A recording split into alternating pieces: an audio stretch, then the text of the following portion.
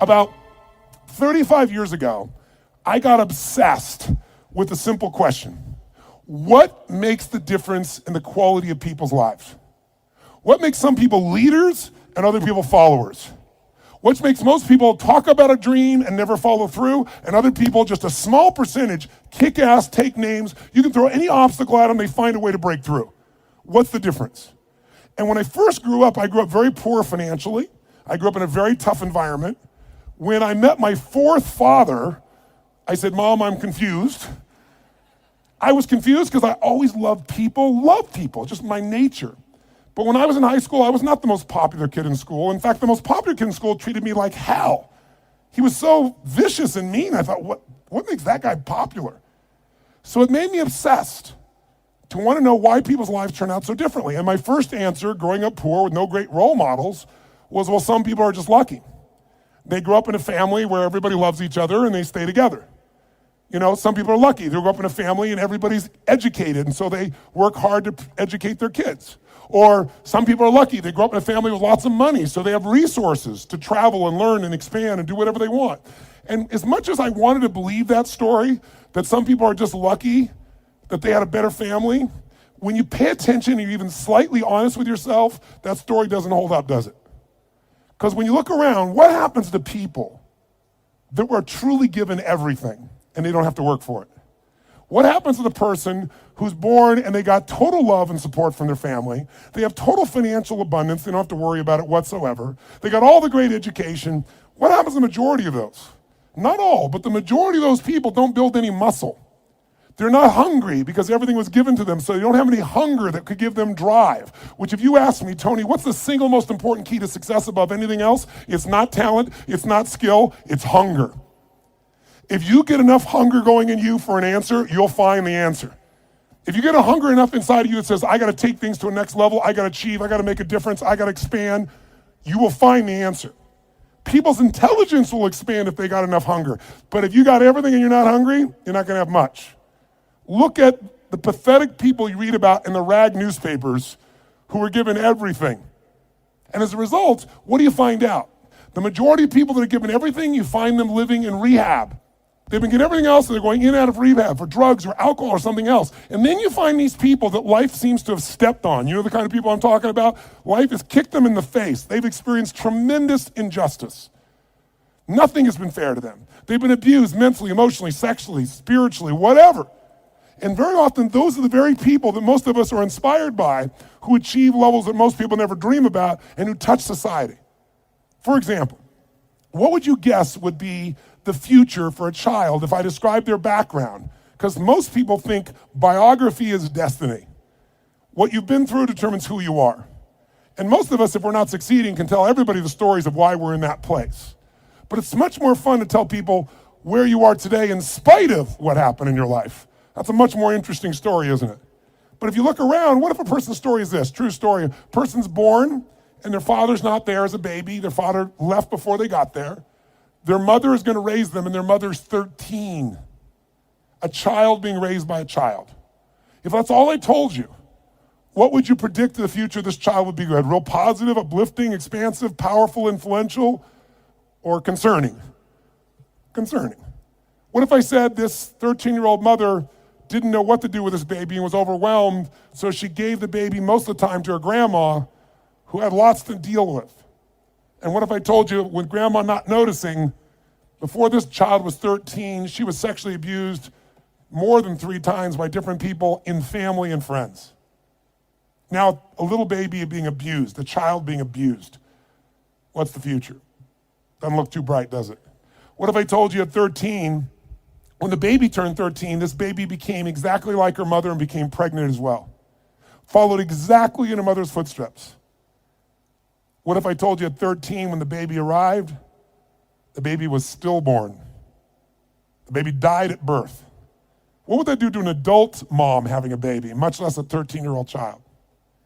What if I told you the kid went a little crazy with her behavior, got so outrageous and out of control, they put her in an institution, but fortunately the institution didn't have enough beds, so they couldn't keep her there more than a few days, and they finally released her to a man who claimed to be her father, who she'd not met. By now, I'm sure you figured out whose story this is. Who is it? This is Oprah Winfrey's story. Oprah Winfrey went through all that we just said, plus she was African American at a time in the US when the President of the United States was not African American, and when many people in the US did not judge people by their character, they judged them by their color based on nothing whatsoever. This woman has become one of the most influential people in the world, females on the planet, and that's her story. So the reason is, whatever story you're being told about the economy, whatever story you're being told around you, you have to be so aware not to buy into a limiting story. Either someone else telling you that or you telling yourself that. And I'll tell you something, it's gotten worse as the years gone by, and I think the US has been the leader in it. I'm not attacking my country, it's interesting what's happened in my country in the last 2 decades. Some of you may be old enough to remember 20 years ago when things started to change, because America likes to export their stories. So I think many of you, if you're around then, can remember there was a story of 2 young men who killed their parents in Los Angeles. Their names were the Menendez brothers. Does anybody here remember that story, the Menendez brothers? Keep your hands up so I can see a sense. Yeah, quite a few of you can remember the story. If you didn't know the story, it's about these 2 young men. They killed their parents, their mother and father, at point blank range with a shotgun, murdered them in cold blood. But when they went to a jury trial, the jury couldn't decide. They admitted they did it. They admitted it. But they said, but our parents were abusive. And so the jury literally was deadlocked. It took 2 jury trials to convict them. Now, all because they were abused. Well, many people are abused. They don't kill their parents with shotguns, right? See, if you and I are going to be successful, we're never going to get it by blaming somebody else, including God. People say, I'm poor because God wanted me to be poor. I'm fat because God got me to be fat. No, you're poor and fat because you sit on the couch and watch TV and eat Cheetos all day. It's not God's fault. So what I'm suggesting to you is you and I have to come up with a better story, a story that can make things work. So now I want you to tell me the truth on something here. Tell me right now, who here in this room has ever failed to accomplish something that really mattered to you? We all know we failed at some point. The first time I ever asked this question on stage, it was spontaneous. I was at this group called TED, Technology, Entertainment, and Design. And I asked everybody in the audience, because they're all multi-billionaires, the guys that started Yahoo, the guys that started Google. It's this really unique group of people. And they're in this darkness. And they weren't responding, so I said, let me just ask you a question. How many of you have ever failed? No one raised their hand. I said, thank you for your full participation. How many of you have ever failed? They all raised their hand. I said, great. When you failed in the past, why did you fail? And this is where you hear people's story. Remember why I'm telling you this? Because I want to tell you right now, you might write down something. Change your story, change your life. We all have a story about why we are where we are. If you're not where you want to be in your life, in some area, like maybe your body's great, but your finances aren't, or your finances great, but your relationship sucks, or doesn't, or whatever, the bottom line is, you've got a story why it's that way. And the story we tell ourselves protects us from pain. It gives us a reason why it's not our fault, or it's going to be okay in the future. But the story that protects you also imprisons you. It keeps you from changing your life. So in order to create a change in your life, you really truly got to change your story. You got to shift your story. You got to find a story that's going to empower you, a story that's going to strengthen you, a story that will push you beyond anything you've ever done in the past. So the story most people have, and that they had at this TED piece, was I said, why have you failed in the past? Didn't have the money, didn't have enough time, didn't have the right resources, didn't know the right people, didn't have the right contacts, didn't have the technology. Some people said we had a lousy leader. The leader said I had lousy people. Right? Isn't this stuff what people tell you? And then in the darkness, I heard this voice say, I didn't have enough Supreme Court justices. And I looked into the dark room down there in the front row, and it's Vice President Al Gore, who lost to George Bush, and the whole crowd, I was in Northern California, and it was a Democratic crowd, so they all stood up and cheered like crazy. And when they're done cheering, I just stood there and I said, that's one way to explain why you didn't become President of the United States. You didn't have enough Supreme Court justices. But I might suggest there might be a different reason, and everybody was like quiet, going, what's he gonna say? And I said, let's look at everybody else first. Those of you who told me you don't have the money, you don't have the time, you don't have the education, you didn't have the right people, didn't have the right skills, didn't have the right technology, you didn't have the right Supreme Court justices, or enough of them. I would submit to you, you've all told me the reason you failed is you didn't have the resources. Time is a resource, money is a resource, technology is a resource, knowing the right people is a resource. And I said to the audience, here's my experience working with the most successful people on the face of the planet, athletes, presidents of the United States, multi-billionaires. Here's what I know from them. Resources are never the real problem. A lack of resourcefulness is the real problem. I'll say it again. Lacking the resources is not the problem. Lacking resourcefulness is the real problem. What I mean by that is very simple. The ultimate resource is human emotion. What starts wars? Is it logic? Hell no, it's emotion. What makes you get married or get divorced? It's emotion. What will make you stay up all night, work to build your business? Emotion. What will make you give up? Emotion.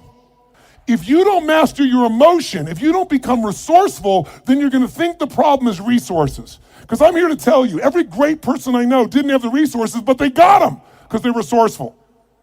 And what that means is, if you're creative enough, creativity is an emotional resource, can you find an answer to the problem, yes or no?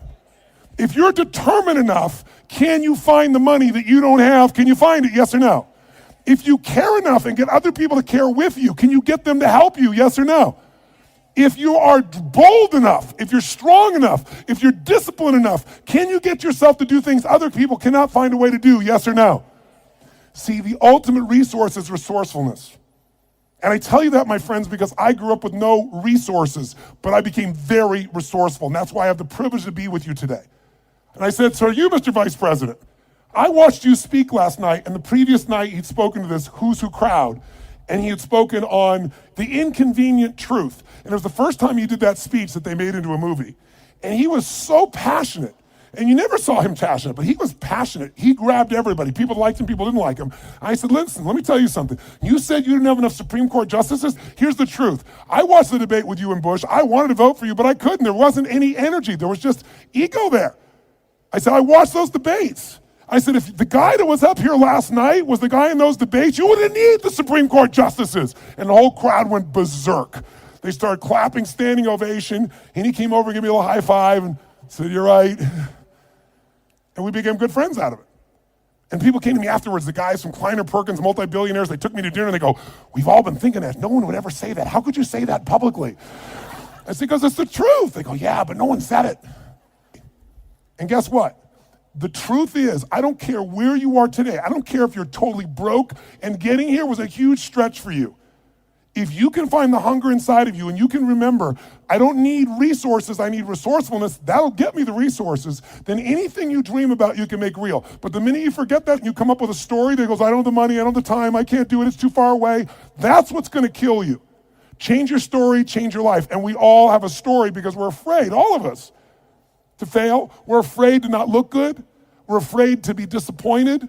We're afraid to get our hopes up. But the only way that you get courage, courage means you're afraid, but you do it anyway. It's not courage if you're not scared. And so there's going to be people talking here the next few days or today that they're going to give you some great strategies. Whether you do it or not is not going to be based on your ability. What you're capable of is amazing. What most people will do is disappointing. And it has nothing to do with the content of what needs to be done. It's everything to do with the mastery of your own states. So here's what I believe. My passion is not just get up and talk. My passion is get people to rewire themselves. So how many of you came here not just for information? How many came here for some breakthroughs? A breakthrough means a new quality of life where things that were impossible are possible. Who's with me on this? Say aye. So let me give you 3 keys to a breakthrough. Any one of these 3 can give you a breakthrough, but if you do all 3 of these, you're gonna have an extraordinary breakthrough. So let's start with something so simplistic that none of us would be emotionally attached to it, and we all know it's true. And let's take a symbol in society. All over the Western world, including Australia, and you guys are a bit better than America, but not by a whole lot. What's happened to societies, Western societies, in terms of their health and fitness? Now, I don't know the current numbers here in Australia, but I'll tell you how bad it is in the US. I know you're slightly better than this. 1/3 of Americans are obese now. 1/3. Literally 60% of Americans are overweight. Now, I want to ask you a question. Is that because the strategies required to losing weight are so complex that it's just completely overwhelming? Is that why? Yes or no? No. However, if you have the wrong strategy, you're guaranteed failure, even if you're motivated and driven and excited. Is that fair to say?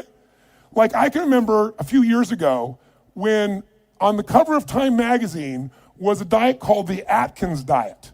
And it said, I don't remember the exact number, I think it was 13% of Americans, the largest number ever, were all on this diet.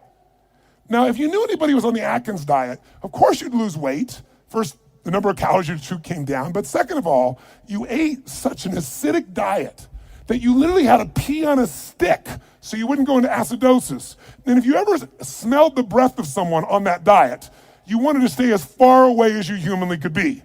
Now, that's not too hard to figure out, that if I got to pee on a stick so I don't go into acidosis and my breath is this bad, this may not be a sustainable approach to losing weight. But everybody did it. So if you have the wrong strategy, it's not going to work. So let me give you 3 things in reverse order of importance, okay? Reverse order, least important first. If you want a breakthrough, one of the things that give you a breakthrough is a strategy. A new strategy could change everything. Does that make sense? A new way to do something. If you come up with the right strategy, it could save you a decade. It could save you 5 years. And one reason to come to a seminar like this, in my opinion, is to gather up as many strategies as you can. And what I want to do in just this short little time I have with you is see if I can give you some strategies that'll give you breakthroughs in whatever you want to go after. Some real quick strategies that really work. What is a strategy? It's a specific way to do something that if you do it that way, you get the result every time. Let's think about strategy like a recipe.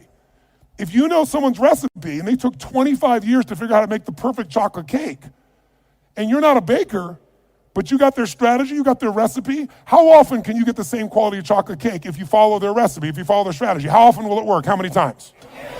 Every single time. That's the beauty of a strategy. So there's going to be a lot of strategies available to you here during this course. I'd be listening and find the strategies that appeal to you most. But I'd submit something to you, my friends. I'm a strategist. I'm a business and life strategist. I'm always finding the little thing that'll change it all. I'm obsessed by it. And I filled up my events with them. But I know something about strategies. You can give someone the perfect strategy, and they can still not do it. They can even know it's the right strategy and still not follow through. That's why the problem in our society is not a lack of strategies. If I said to you right now, okay, we got to lose weight, and we're in downtown Brisbane, and we were to walk 10 blocks, how many places would we pass within 10 blocks that could help you to lose weight, for example, or get fit or get strong? How many?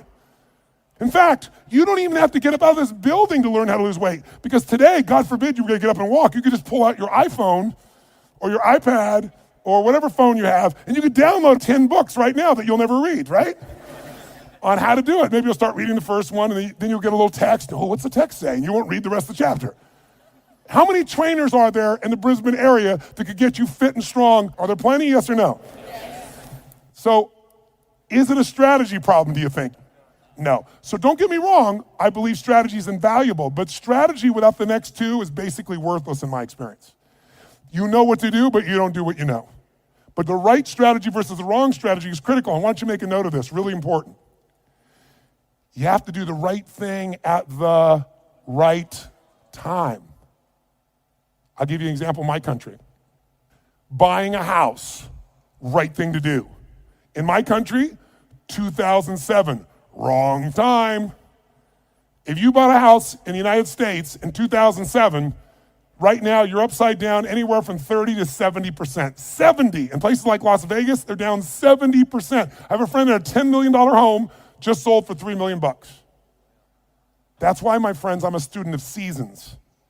That's why you have to understand and become so incredibly bright and aware as to what's really going on. So when someone tells you the strategy, you go, is that really right now? Because they'll show you a strategy that worked. The question is it working now? You want someone who's done it and is doing it. People go all the time and they go see someone, let's say a really nice stockbroker who then tells them what to do with their finances, but you got more money than he does. That ought to be a clue he's not the person to talk to. People go to psychiatrists all the time that are taking antidepressants for their depression, and they wonder why they don't get better. I mean, we're weird this way. I'm telling you, if you're going to get a strategy, you better get somebody who's doing it, someone who's getting results. Now, strategy, is it critically important? Even though I beat up on it, is it still a huge advantage with the right strategy, yes or no? Yes. So what's the second thing? The second element, though, that affects whether you're going to use the strategy or not is the story you tell yourself. Does that make sense? Because if your story is, I'm big boned, or I've tried what? I've tried what? Everything. If you tried everything, you'd have the answer. Right? But when people say, I tried everything, what does that do? It makes your brain go, see, I've tried everything. There's no reason to try anymore. It's not my fault. I'm just big boned. I just have low metabolism. right? It's just, I've always been this way. And by the way, people's stories are often true, but they're not effective. It may be true that you have low metabolism. It may be true that you're big bone, but that's not why you're fat. It's because you're doing nothing to change your metabolism. Make sense? Or I don't have a relationship with a great man or great woman because all the good ones are gone. Or they're gay and I'm not, or I'm gay and they're not. Something of that nature, right? Isn't that a common story people tell themselves? And what does the story do? It kills your hunger, it kills your drive, it gives you a reason not to face the discomfort. We've all lived in a society that has trained us since we're this tall now. Most of you, by the time you're 21, saw 2 million commercials and had to instantly get out of pain. Instantly out of pain. You know what the problem with getting out of pain is? It takes away the purpose of drive. How many of you know somebody who takes antidepressants right now and they're still depressed? That's because they have the same story. Even though they changed their biochemistry, the same story brings them to that lousy place. If your story is, I don't have the resources, that story is going to kill your future. If your story is, I can get any resource I want, if I find a way to add enough what? Value to other people's lives, then you can get the resources. It's so amazing. I don't know, because in Australia you don't have a lot of places to go. I know there's a few, but how many of you in this room ski or snowboard? In skiing or snowboarding, if you take up the sport and you get on a really vicious hill, what they call a black diamond hill, there's edges where if you don't stop, you go to the edge and you'll die. And what happens is when you're brand new and you're starting to skid out of control, most people slam themselves on the ground and try to hang on to the hill for dear life. And those are the people that will never master skiing or snowboarding because they let their fear of the edge push them down. The person that goes, I'm gonna dig in, I'm gonna work even harder, I'm gonna carve. It's scary as hell, but I'm gonna stay with it. They learn to carve. Those are the people that have skiing or snowboarding be something they love for the rest of their life. Your story is everything, my friends. And by the way, I'm not lecturing you. I'm sharing with you because I've learned by my own stupidity. That's the only reason I can share this. But you change that story, you'll change your life. Give up the story that limits you. It may even be true. You may have ADD. You may have been abused as a child. It may be true. But that story is not why you don't have great relationships or a great business now. You don't have great relationships or a great business now because you're so afraid of trying and failing, you keep telling that story instead of taking action.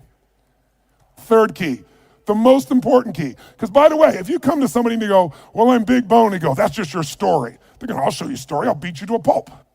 We have to do this to ourselves. But if you are going to help someone change, including yourself, you need the third element, it's the most important element, and that is you need the right state. State, or Australians call state. State. If you're going to have the right state, then what you have to understand is your state determines how you think and feel. Right? How many of you in this room can remember a time when you got really angry at somebody? Did you ever notice when you're really angry at somebody, suddenly you remember everything they've ever done? Because when you go in that angry state, it makes you take the parts of your brain that relate to a story that supports that state. On the opposite, how many of you in this room can remember a time in your life when you fell head over heels in love with someone out of your mind? How many can remember a time like that? Say I. It's been a long time for some of you. Is that all the, make the sound of head over heels in love. Go ahead, make the sound.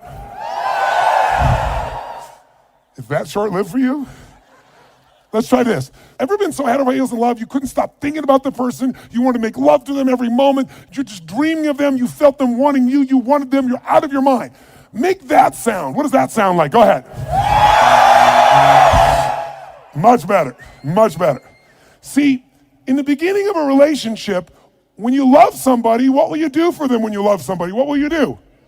Anything. If they say, would you take out the trash? You go, take out the trash. Right?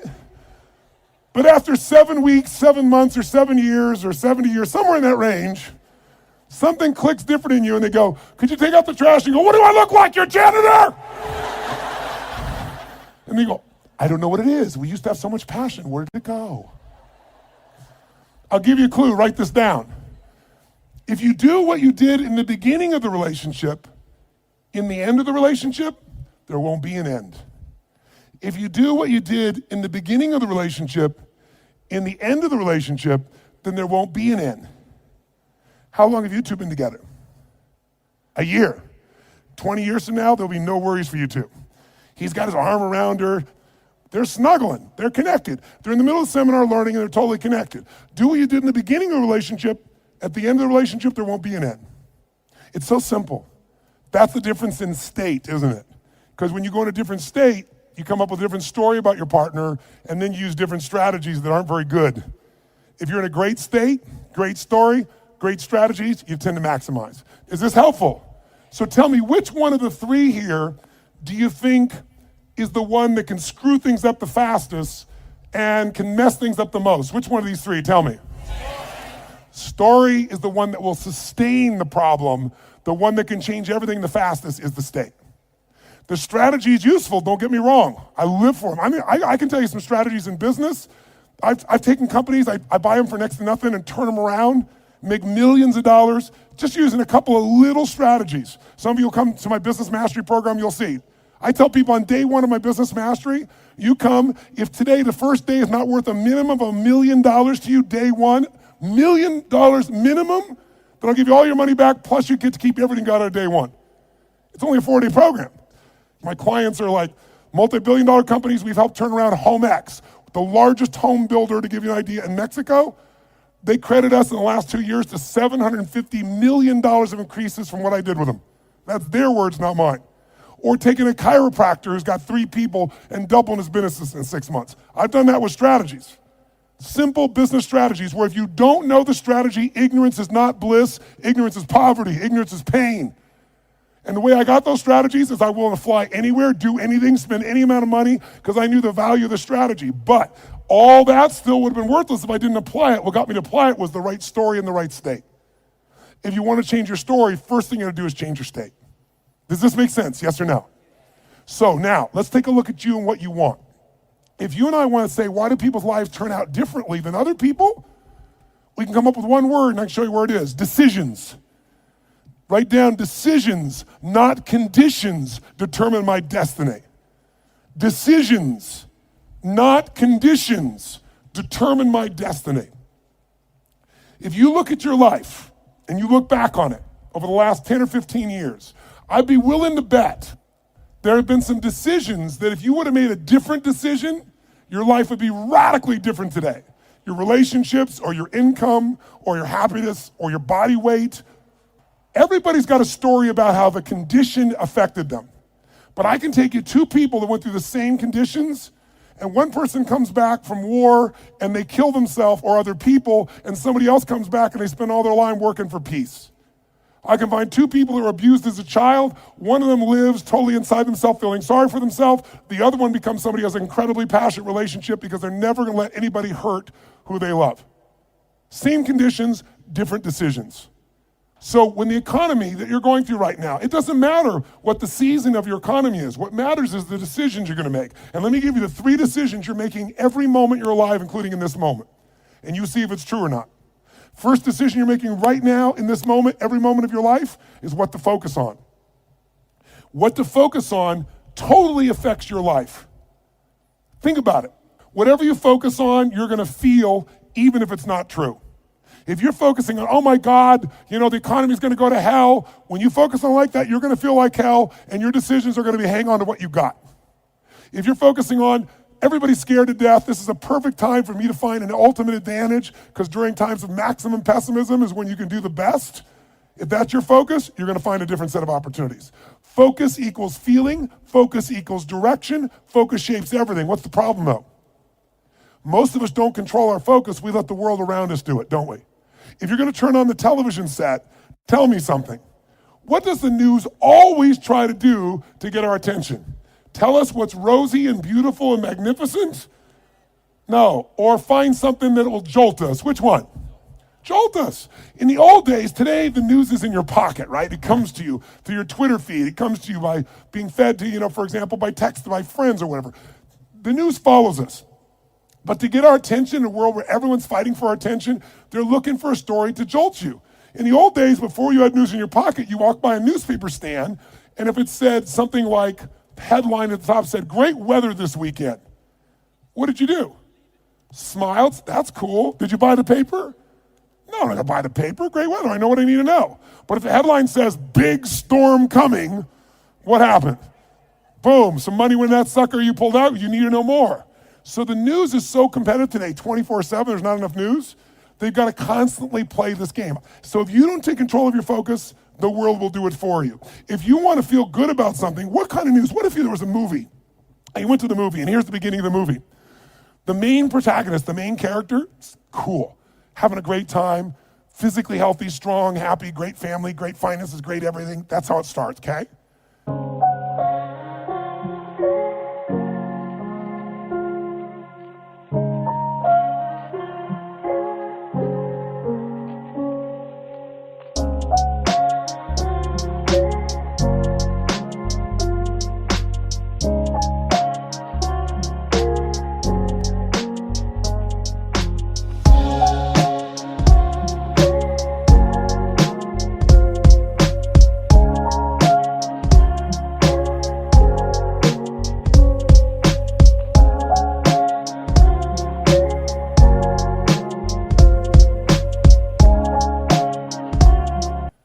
Second part of the movie, still good. Third part of the movie, phenomenal. End of the movie, everything's cool. Who's gonna go to that movie? What are they gonna say? That movie's the most boring what? Movie on the planet. So you and I, if we don't take control of our own focus, we let the environment do it for us because they're always looking to get your attention. Film at 11, your child could die by drinking the natural water here coming out of this area. And when you get to the story, it's never quite the story, but they use that headline to get you. There are headlines in your own life too, though, aren't there? Headlines we use on ourselves. If you want to change your life, change your focus. I'll give you 3 examples, real quick. Everyone has a pattern of focus. It's not what you focus on in the moment that affects you. It's what you focus on regularly. So for example, do you tend to focus, personally you, on what you can control or what you can't control? Those of you focus on what you can control tend to feel more in charge of life. Those that focus on what you can't control, by the way, is there plenty of stuff we can't control in this world, yes or no? Tons. And if you focus on it, you will be depressed. Depressed people constantly focus on what they can't control. Second, and it doesn't matter what drugs you take, if you keep focusing on what you can't control, you're gonna get depressed if we add 2 more. Here's another pattern. Do you tend to focus on what you have or what's missing in your life? The tendency today is what's missing, and sometimes we make up what's missing. If you focus on what you have, when you're focused on what you're grateful for, how does your life feel? When you start thinking, oh my God, look at how I'm living. I mean, the worst Australian person who's having the worst, toughest time is having a better time than 90%, I should say, more like 80% of the planet. Because about 80% of the planet lives on $2 a day. Most of us, our worst nightmare is somebody else in the world's greatest dream. But if we don't focus on what we have, and we focus on what we're missing, you're gonna feel like hell. Now don't get me wrong, sometimes focusing on what you're missing will give you some drive. Cool, but you just gotta balance it out. People are depressed, always focus on what they can't control, always focus on what's missing, and here's the third one they have, third one. And by the way, most of you have one of these, maybe 2, not all 3. If you have all 3, I know you get depressed pretty easily, okay? Third one, do you tend to focus on the future, the present, or the past? Now we all do all 3, right? But which one do you tend to put more focus on? The future, the present, or the past? What is it for you? Just say it out loud, quick. Future. Now in this room, you hear a lot of the future, which in my country is called future. And most of you came here because you're interested in the future, aren't you? Isn't that why you came here? That gives you an advantage, doesn't it? Because most people tend to look at the past. If you're focused on the past, since you can't control it, it's gonna probably, many times, lower your energy or even depress you. If you focus on the present, you'll probably be happier because the present moment's got more to it. A great business person looks at the future and the present, back and forth. A great happy human being tends to live in the present. A miserable human being tends to live in the past. Now there's some exceptions. If your past is the best part of your life, you might want to spend more time there. But the problem is if you're trying to drive yourself into the future and you're using a rear view mirror called the past, what's gonna happen, my friends? Tell me what's gonna happen. You're gonna crash. You're not gonna go backwards, you're gonna crash. Make sense? So these are just 3. I could give you so many more, and if you decide to come to the seminar, we're not just gonna tell you this, we're gonna work on it, but I wanna at least make you aware of it. So if you catch yourself focusing on what you can't control, go, okay, of course I can't control this, but this is what I am in charge of. This is what I can control. I'm missing this, that may be true, but here's what I do have. That will shift your state, which will then allow you to come up with a better what? Story, which will then get you to possibly be able to use a better strategy. Here's the second decision you're making right now as you're sitting here. Second decision, as soon as you focus on something, you now have to give it a meaning. What does this mean? What does this mean? So for example, is this problem in your life a problem? Is it God punishing you? Would it feel different than if you said I have a problem versus God's punishing me? Or is it a challenge? Or what if it was a gift? What if this problem was truly a gift? Would it change how you felt, the state you're in, the strategy you would find, versus if you thought this was a curse? You better believe it. And every moment we're making decisions, once we focus on something, on what it means. Were you just humiliating me? Were you teasing me? Were you challenging me? Whichever one you come up with is going to change a very different relationship between you and I. And it's all what you make up in your head, the meaning you give it. Is this the end or the beginning? If you think this is the end of a relationship, are you going to treat the person the same way as if you think it's the beginning of a relationship? Yes or no? If you think this is the end of your career, the end of opportunities to invest versus the beginning of them, then your whole experience is different. If your economy really were to take a huge explosion and take a huge drop down, it would be one of the greatest opportunities of your life. The fact that it's no longer growing geometrically is an advantage to you, if you understand that. Because by the way, you make more money when things burn down than when they grow because they burn down faster. Takes years to build the towers in New York, burn them down in a couple hours. And if you're smart, you can know how to do well no matter what the economy is doing. That's really the skill set you got to master. But none of that will you get to unless you can come up with an empowering meaning from the situation. That's what makes somebody successful. What makes Oprah Oprah is she focused on what she could control.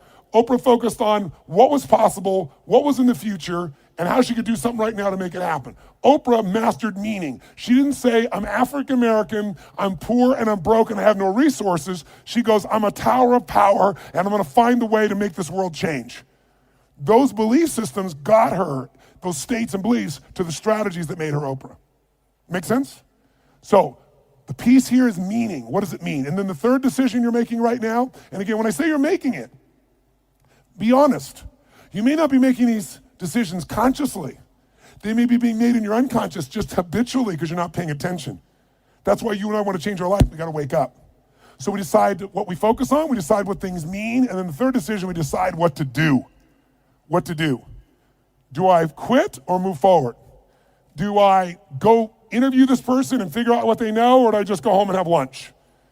Do I enroll in this course so I keep growing, or do I go home and say, let's just see how I do? Your decisions are going to be affected. Do I stay married or do I get divorced? Do I walk up to that person and say, I want to meet you, or do I just stay here and go, maybe it's not the right time? Your decisions of what to do are powerfully shaped by the emotions you were feeling, and the emotions came from the meaning.